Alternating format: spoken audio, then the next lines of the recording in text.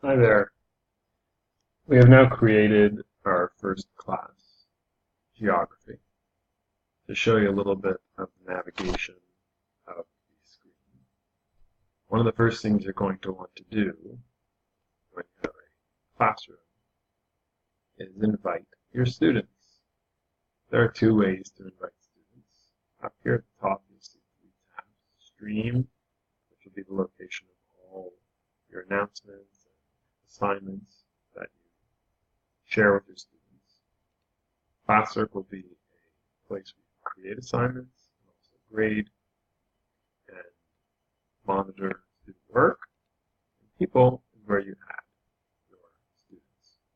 As you see here in the middle, there are two ways to bring students into a classroom. You can either share the course code or class code with them, put that on the board of the class, or send it to them in advance, and give them an opportunity to log into the classroom.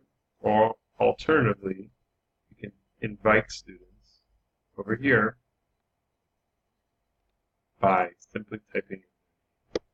So I'm going to add self, student, invited.